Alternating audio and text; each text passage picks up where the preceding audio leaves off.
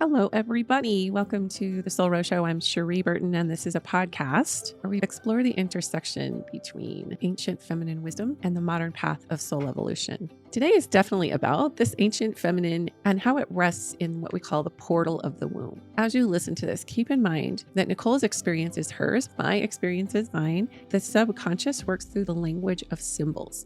In a general or universal sense, there is something really powerful about accessing portals in the body. You could say chakras, you could say energy centers, fields, spiritual DNA, physical DNA, that there are portals in the body where you can access really ancient, highly metaphorical and symbolic, deeper truths that lead to deeper healing and awareness. Nicole Frolick is a practical mystic, intuitive life coach, and inner child healer. This is all about taking back our power, taking back our own wisdom, and taking back our own knowing. So I hope you enjoy this episode, and remember to follow us on Instagram at cherie.burton, as well as ask to join our private Facebook group, Soul Rose Community, where we dive deeper and explore and parse out these discussions we're having throughout the week. Nicole, I'm so grateful to have you today as we're kind of busting into this new spring energy, rebirth. You and I had a conversation last week or the week before. I don't know. Time is just all one big conglomerate. But I was fascinated with some of the things you were talking about with regards to womb alchemy. It's something we've talked about on my podcast in past episodes. I think a lot of my listeners might be deepening into what that means. And some of my listeners aren't really exposed to even what that even means at all. Maybe we could start there. But Yeah. why we focus, or why I'm just making it personal to you, why you focus on, let's just say, that area of the body, the womb, and what it means, why that's a focus for your work. Well, I am someone who was heavily in my masculine energy my entire life, and embracing being a woman, embracing the feminine energy that each and every one of us has was very difficult for me. I was very resistant to it. And that affected a lot of my life. It affected how things showed up in my world, what I was able to receive, not receive. And so a lot of my healing journey it started with the womb space, particularly my cervix, but then it also went into other areas, exactly the womb. And so it has shown up in different ways of why I need to be focused on there, specifically to heal certain traumas, or whether they were generational or actual traumas from this lifetime. Or also, when we talk about the fun side of the womb space, is how to access anything you've ever wanted to know. Yeah. Like the secrets of the universe hidden in the womb space. And that was kind of the final thing that I was shown after going through a lot of the healing was like, okay, now we're going to hit you with the good stuff. And I mean the good stuff. So give us an example of what that means, aside from like the pleasure principle or creation is in the womb and that sacral chakra area. Of course, men have access to that portal as well, but it's different. I mean, obviously there is a specifically energetic. For the women, you have a physical portal, a physical womb. That's the difference between the man and the woman. But, when you actually have something you can feel in your body, it's a lot easier to feel into, to access, and to visualize in your own embodiment. And so I was shown on a mushroom journey that okay, well, I was shown first. So I was shown what to do, and I don't know if you want me to go into it right now of Yeah, I like mean, how I to know. And connect. just to add a little caveat, I have done an episode on psilocybin Mhm. microdosing. It's really up for a lot of people in the conscious right now who are using plant medicines to have deeper experiences. And usually they're highly symbolic because they tap into the subconscious. So it's usually just for us that we receive something, but it's usually so profound because it's speaking directly to our work or what we're here to learn. And so I just wanted to offer that caveat to whoever's listening. I'm always intrigued when somebody tells me a deep experience they have in plant medicine, if it's the right set and setting and container, because it can be multi-layered in terms of Mhm. what it means symbolically and through soul evolution. Yeah, it's not for everyone, and I'm so glad that you brought that up because I think it's an important conversation to have around this, that if you don't feel called to it, you shouldn't be experimenting with it Yeah. or trying it. But if you do feel called to it, then that's something open to exploring for sure. For me, I was definitely called to it. Part of that is because I know that in a past life, I was definitely working with the plant medicine as a shaman.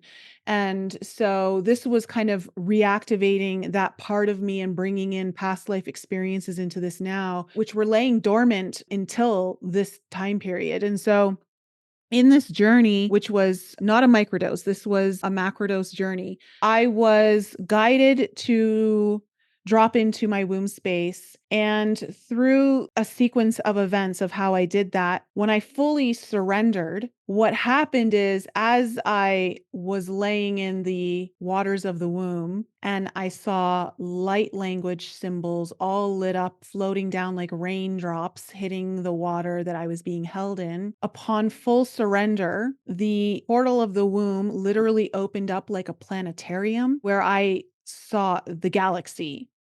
So, Mm. where I might think I was looking at other walls of my womb space, all of a sudden just a portal opened and now I had access to the universe. Just like expansiveness and openness and Yes. everything. Yeah. Yes. And it's interesting, I should say that the light language symbols that I saw floating down, I understood them to be goddess codes. Mhm. And so it was kind of like infusing more feminine energy into the waters and what it means to hold that goddess frequency.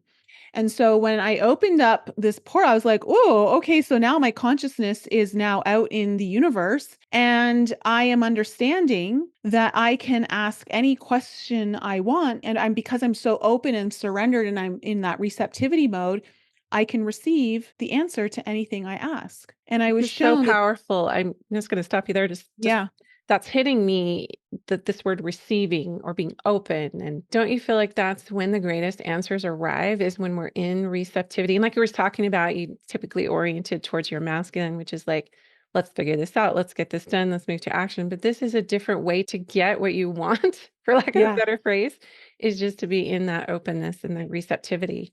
yeah. That's all my work is focused on, honestly, when I distill it down. Yeah, the receptivity principle is a feminine principle. Yeah. If you are not open to receiving, and in order to fully receive, you have to be in full surrender, which is an interesting concept for someone who's very used to being in their masculine energy. Surrender is not the name of the game. But when you are, then you aren't holding up any blocks. You aren't holding up any resistance. You aren't saying no to anything. You are in full faith and trust. And you're not judging what's happening, right? Yes. Because if you were to go into your head, you're like, "Oh my gosh, well, is this even real? Because 'Cause I'm in a plant medicine and did it." You know what I mean? Like, Mhm. that's from what I have read, seen, and experienced, especially in those kind of portal experiences in plant medicine, when you're going deep and your soul is taking you to a really deep place. The natural go-to is resistance because we're afraid of the unknown. We're afraid of what we're going to be shown. And so that's why we don't surrender. And that's why we tense up and resist because we don't, it's that uncertainty part. Yeah, it's the lack of faith. Yeah, and I think curiosity. I think if we can be in curiosity like a child and just observe with wonder, to me, that's one of the biggest ways to open up into that receptivity and surrender. It really is. Curiosity will kill the judgment Mm. because you're in a state of, "Oh, isn't that interesting? Oh," like, you're not judging, you're just like, "Oh, wow, something new. I didn't Yeah, see it that way before." Like, you're just open. You're just open. yeah. So, yeah, curiosity is a powerful, powerful state to be in. I want to keep you to keep going on your story, but I just can't get past this curiosity thing because that is what they say curiosity killed the cat, and I can see why. So, if you have a lot of programming, let's say that were heavily indoctrinated in something, it doesn't have to be a religion, it could be anything. And you're having an experience because you're open and curious, and it bumps up against that old paradigm. Like you're shown something that goes completely against what you were taught or what you're conditioned to believe. When I take people into those kinds of experience, not in plant medicine, but just like through guided meditation or through facilitation of some kind, or working with them one on one, and I'm guiding them into themselves, and they're seeing and experiencing things that are brand new. Their first barrier that pops up is this is not what I was taught. This goes against everything that I was taught to believe, and that can create that resistance, and the more resistance that they hold is the degree to which they suffer when they're in that place their soul's trying to show them something and they're like, no, really, I don't want to know. But thanks anyway. I'll just Yeah, go on and where I was before. Yeah. that what you resist is gonna persist, so good Yeah. luck.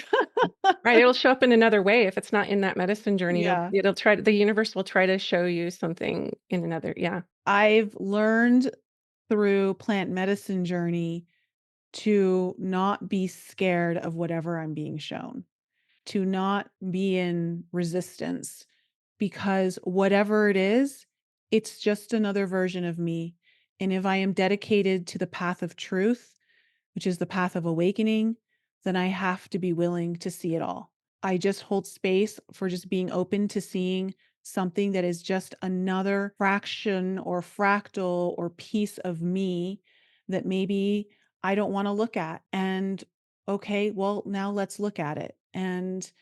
sometimes we're not aware of what we're not even willing to look at. So when these things come up, it's so easy to say, like, oh, I want to know the truth. And it's like, well, the Which one? truth is something you might have been avoiding for so Yeah. long and you don't even realize it. So, Yeah. So you're immersed in this water and you're being held and supported. And I'm assuming you felt safe so that you could open more and surrender more and receive more. And then you started to see what you've discerned now as goddess codes that were coming into the water and sort of sustaining. So what transpired after that? so I found my consciousness floating through the universe and I came upon a 14-foot feline female being standing on a floating ancient torn down temple. Like, I don't know how else to tell you what it was, but it was an absolute, like, kind of like a ancient crumbling building that was on a platform that was literally floating in the universe. And she's standing there and she's so powerful. She's so beautiful and she's got feline ears and on her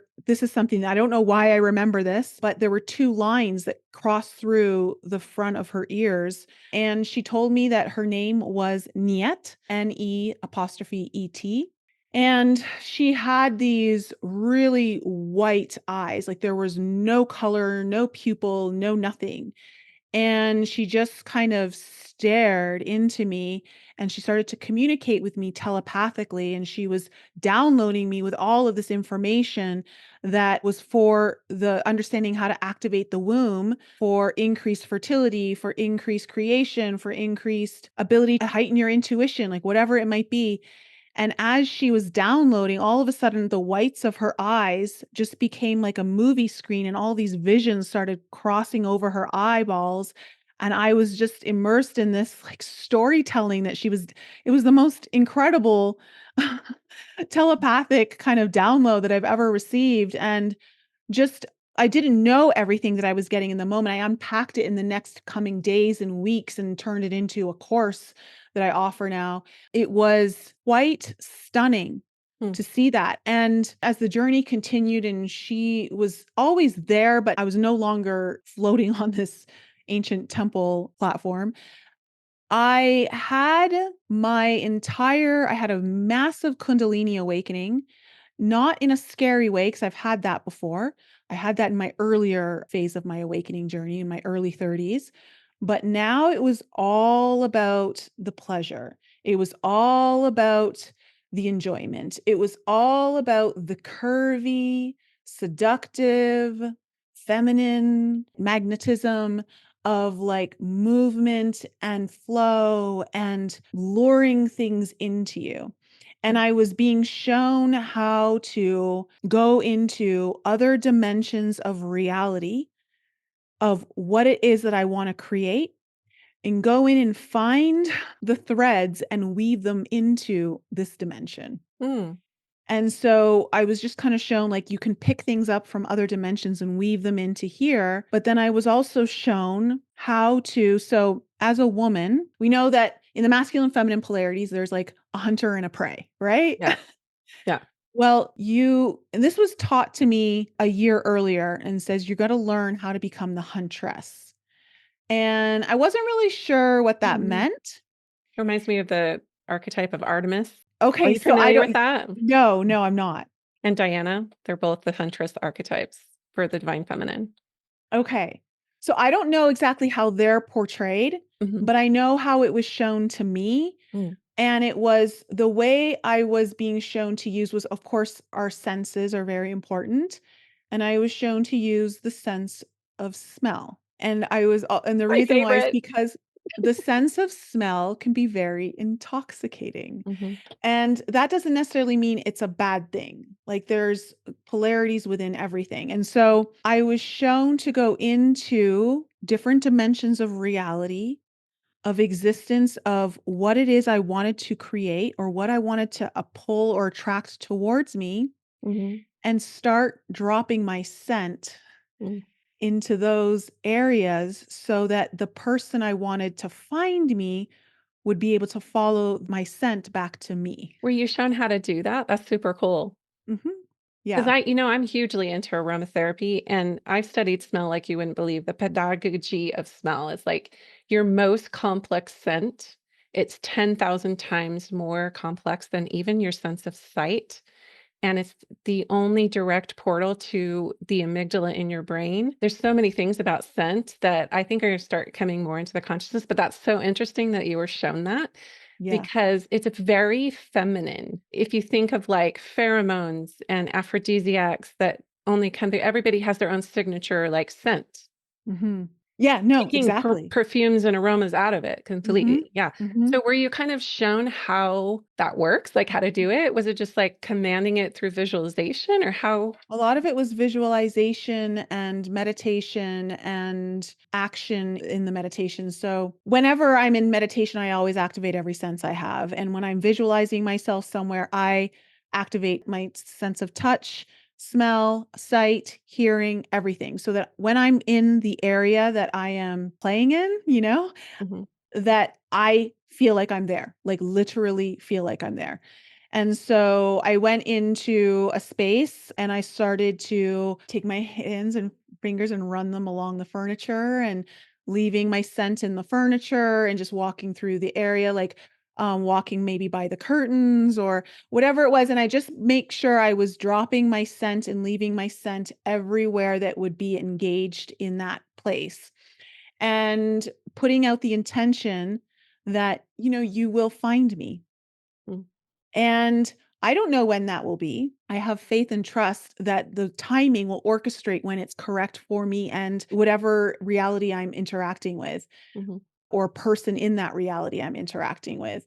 And again, the faith and the trust is so important, but hunters go out to hunt their prey. The way I was shown was the huntress leaves her scent to lure whatever it is that she wants to come towards Yeah, it's her. a very magnetized it's a Mhm. magnetism model. It's a different kind of hunting when a divine feminine Yes, archetype is because I that. wasn't looking to kill No, anything, no, no. No, you're I not wa mounting a deer I'm head looking on your actually to wall. create. Yeah, I'm looking actually to create, to Yeah. co-create. Yeah. And so this was like, how do I lure this towards me? And so it was kind of activating the temptress of the feminine, which again, I think we're so programmed through a lot of dogma and religion and just society in general of like, to be tempting means to be evil, Yeah. but you can be tempting in a really honest and pure way. If your intention is to create beautiful things and your heart's in the right place, why not use that to lure in? That frequency will lure in the right kind of frequency as well, right? So you're Yeah. kind of If it's a creating from that vibrational place. match, like if you're Yeah. sending out, you're only going to receive what you're sending out in terms of that vibrational frequency. So that makes total sense. Yeah. I love that because, if you have this intention and you just randomly send it out to the universe without specificity, then you get a lot of ambiguity coming back at you. Whereas if you're very intentional, like you said, with visualization and like seeing the details of like touching the curtains and the furniture and just, I love that because it's so rich with sensory detail. Mhm. Mhm. And that's how creation works. Richness, fertility, feminine, right? So Yeah. be really sensual and activate every sense you have. So I will always touch things in my visualization. I will run my fingers over things. I will lean into things. I will smell the air. Is there a music playing? Is there a song? Is there just, what sounds do I hear? Is it just nature? Like, I don't know. But I activate everything so that my brain believes I'm Yeah, there. yeah, yeah. So your Mhm. womb's already there, right? It's like you Yeah. so, like, those codes are activated, and we can go into more what those codes mean Mhm. and your story, but I just find that really, really rich. Like, your brain and your mind has to catch up sometimes with what your body already knows, and they can, like, Yes. fight. Like, your heart and your mind can kinda, like, war a little bit, and same with the womb, Mhm. because those 3 areas, your mind, your heart, and your gut, or your womb, your heart, and your brain, or whatever, those are your main neuroprocessing centers. Those are your main spiritual, emotional neuroprocessing I call them 3 brains. I used to do a whole thing on multiple braining, but those 3, if they're not connected, if they're not on the same team, then you have this kind of like dissonance happening and disconnection. And so the brain is what I found, maybe you agree with me, is the last one to kind of catch up with what's really going on. Well, this is why plant medicine is so powerful for anyone who's not using it or not feeling called to it. All you have to do to mimic it is heighten every sense you can. Mm, There's a reason why. So, when people have these big shifts from plant medicine, this is something I was also shown. Actually, this was shown to me in an ayahuasca journey. But the reason why people have such compelling changes and transformations and shifts in their who they are and their reality after sometimes a really deep medicine journey mhm, is because when you're in it, you feel so much. Every sense is so heightened that you believe with everything that you have that it is real. right. And so everything in your technology, your brain, your body, your DNA, everything is on board with this is happening. This is real. And I'm not saying it isn't. It is real. It is real. It's like a different dimension you just hopped into. Yeah, but the ability to sense at the levels that you're sensing when you're on plant medicine far supersedes anything that you're able to really know here. And now, unless you're willing to practice and go so deep into this sensory stuff, but even then, like it's like I mean, I remember my first time on a mushroom journey. My hearing was so sensitive I could hear more than I think what dogs could hear. Like I was Mm, hearing miles down a road where my friend who was with me guiding me couldn't hear anything. And he's like, I don't know what you're talking about. And mhm, so it's one of those things where when your all your senses are on the same page and they're mhm. heightened at that level, Which is the heightened receptivity, right? yes, it's the heightened receptivity. And that heightened receptivity causes new neural pathways to not just be Mhm, formed, but to be deepened and permeated, almost crystallized into mhm, existence so much faster mm. than if you were to half-ass it a little bit, get a little bit here, a little bit there. You're maybe giving it a little this, a little that. And you have to go over and over and over and over with it. Well, when you go full gusto, like when you just like Just like the let it rip, macro heroes, yeah, yeah. yeah, And you like turn everything on that you have in your ability as a human being, yeah. because we have a lot available to us. That is why you get these incredible shifts in your reality and who you are. Yeah, I think I may have mentioned this to you when we spoke, but I had experience like that in Costa Rica. 4 nights in a row, ayahuasca. The 4th night, I literally left my body. I went completely off the grid. Like, it was kundalini, it was a lot of other things too. Something that I'm still integrating 3 years later, exactly 3 years ago this month. But this is why I always, like, tell people, like, this is why plant medicines are coming to the forefront in our consciousness. This is why they're making a quote, unquote, "comeback." They've been around for millennia, longer than we have. Mhm. And they're coming back because it's time to shift the way we're doing and seeing and experiencing things. And I'm sure you would agree with me on this. Like, the only reality that we can really anchor to is love. And there's, of course, love means lots of things. But for me, that was my anchor. And what we're moving into as a species is like this whole thing around trauma release.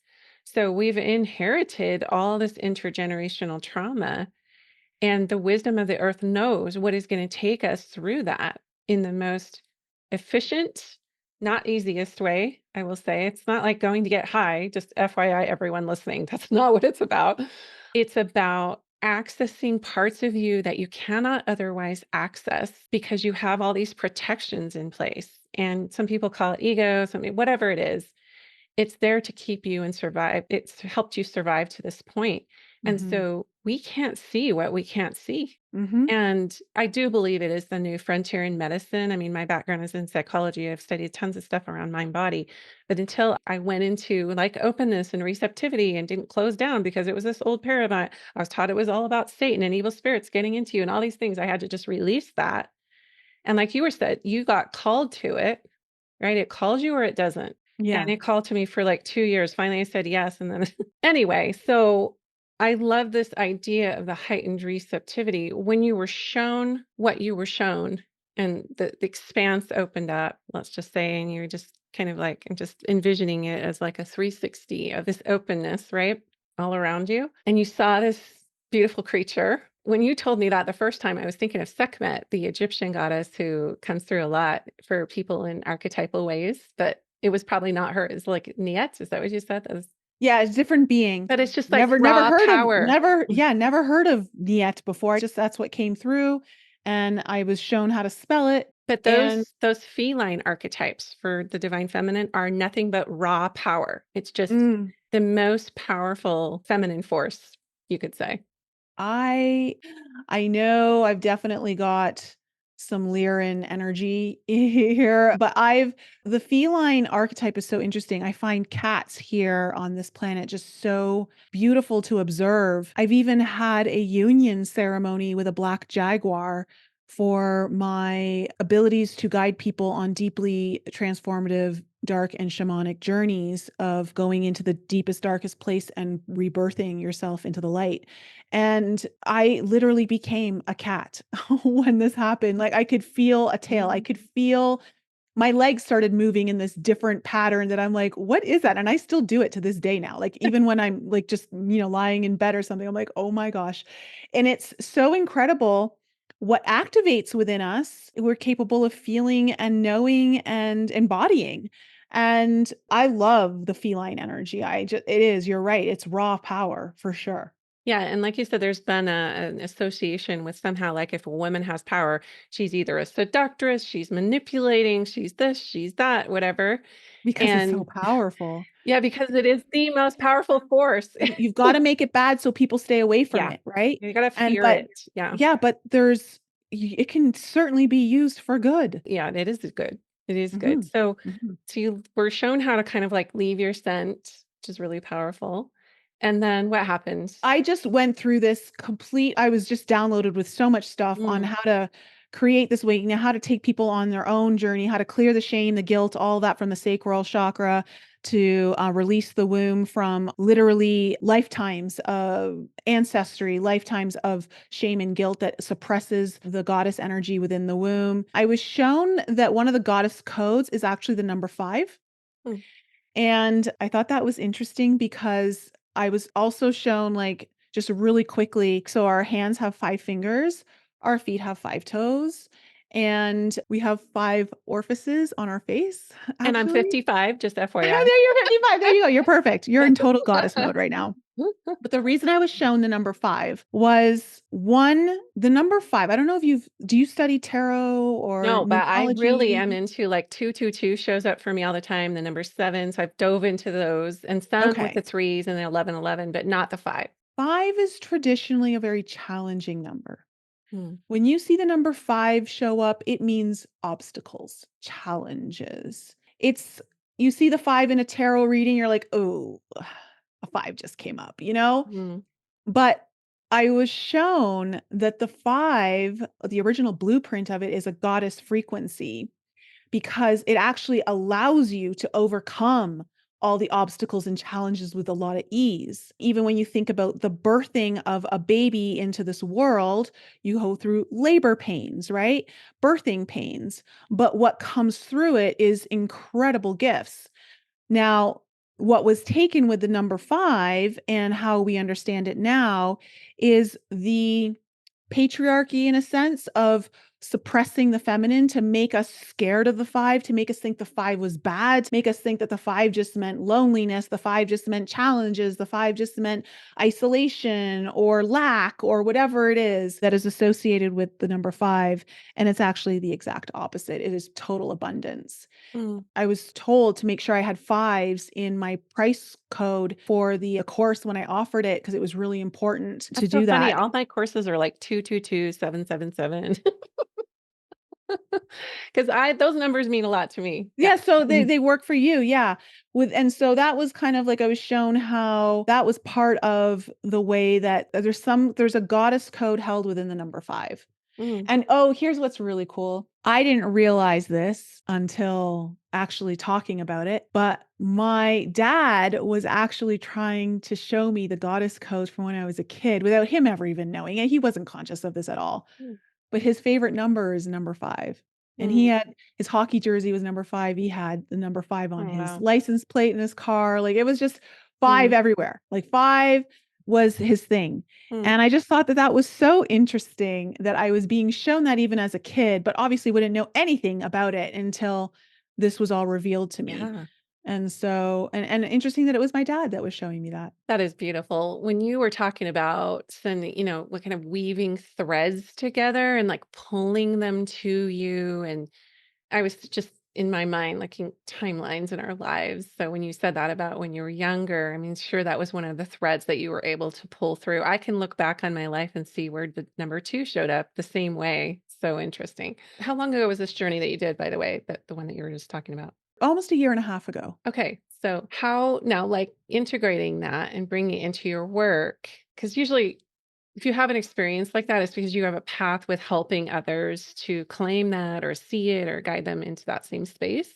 Mhm. And I know that you went into this work like womb alchemy and helping people with releasing past sexual trauma, or like you said, being able to go into the womb where everything is shown you, secrets of the universe. How do you get there? Like, and how Okay, so I was actually shown something that I haven't actualized fully yet. I know it's gonna be part of my path, but I was so what happened was I was actually on that same journey. I was also taken into ancient Egyptian times, and I was taken into a temple, a fertility temple. Hmm. And I was shown how and I was a woman in there with all these other women, and, was shown that this was where women would go before they would even try to conceive a child. And it was about increasing your fertility through connecting to the soul that was wanting to come in. And so I saw all these women activating their kundalini energy, and all the women were kind of moving in these really curvy, kind of sensual ways and just activating pleasure and all that. And not in like a sexual way that a lot of people would Right. think. It was Right. really Just more to sacred. embodied Yeah, it like was that creative really, life really force. beautiful and Mm. sacred.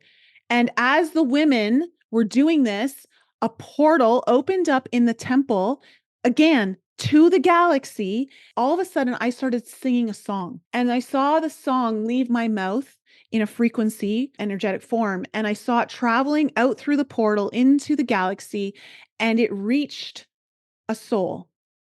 And it was a baby who wanted to come into this world, and it would follow the song to its mother.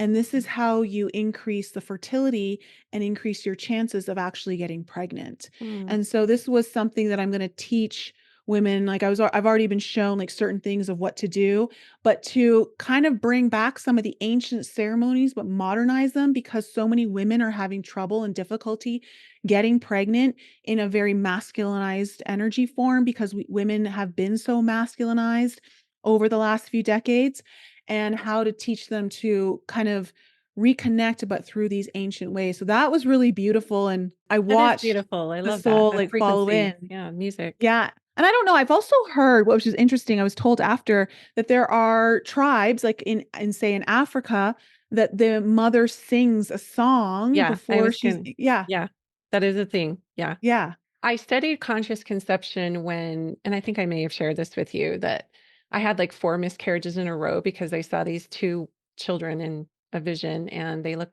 just like my older kids. And so anyway, I tried to get pregnant, 4 miscarriages in a row. Finally lifted it up. as like maybe these are my grandchildren or something, I don't know, but that I went to a coach who specialized in conscious conception, and she helped me kind of do that, but not in the way that you're saying. It's just calling these souls in. I could see them, and I was doing everything I could on my end to just be open to what was unfolding. But they came in very miraculous ways, these two children, two separate private adoptions. But this conscious conception coach, she shared with me something very similar to what you're talking about. It's like, talk to this soul, bring in all the sensory detail of like how you're going to take care of them, that it's safe to come to you, that you're waiting, you love them, and all of those things we wanted, when before we were conceived. It would have been great if our parents were like, we really want, maybe they did, maybe they didn't. But it's just a different way of letting a soul incarnate into your care is through calling them in. So I love that idea. It's just Yeah. beautiful.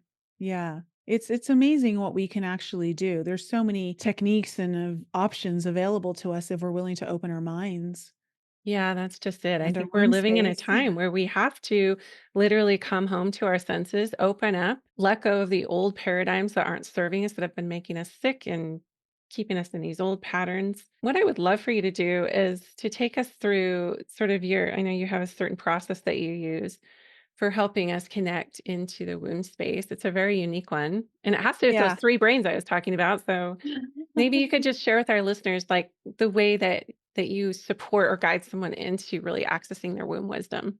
Yeah.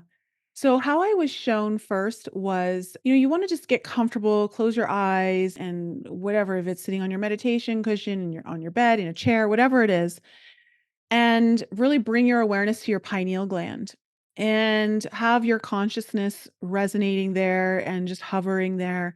And as you connect with your pineal gland, you then draw the awareness and consciousness down towards your heart so that the pineal gland connects with your heart and your consciousness is now residing within the heart space.